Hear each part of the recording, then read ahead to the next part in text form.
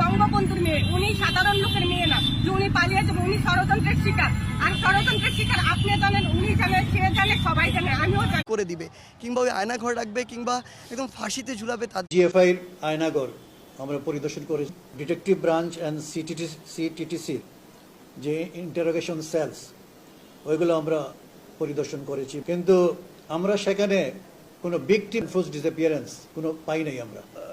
Interior গভর্নমেন্টের গুম সংক্রান্ত কমিশন তদন্ত করে আয়নাগরকে একবার খুঁজতে খুঁজতে একবার সালাফালা করে ফেলছে পুরো বাংলাদেশ। তারা অস্তিত্ব খুঁজে পায় না আয়নাগরের। যারা বিগত দিনে আয়নাগর আয়নাগর বলে চিল্লাচিল্লি করছিল, লাফালাফি করছিল, গোলাম আজমের ছেলে সহ 8 বছর আয়নাগরে থাকার অনেক গল্প শুনছি।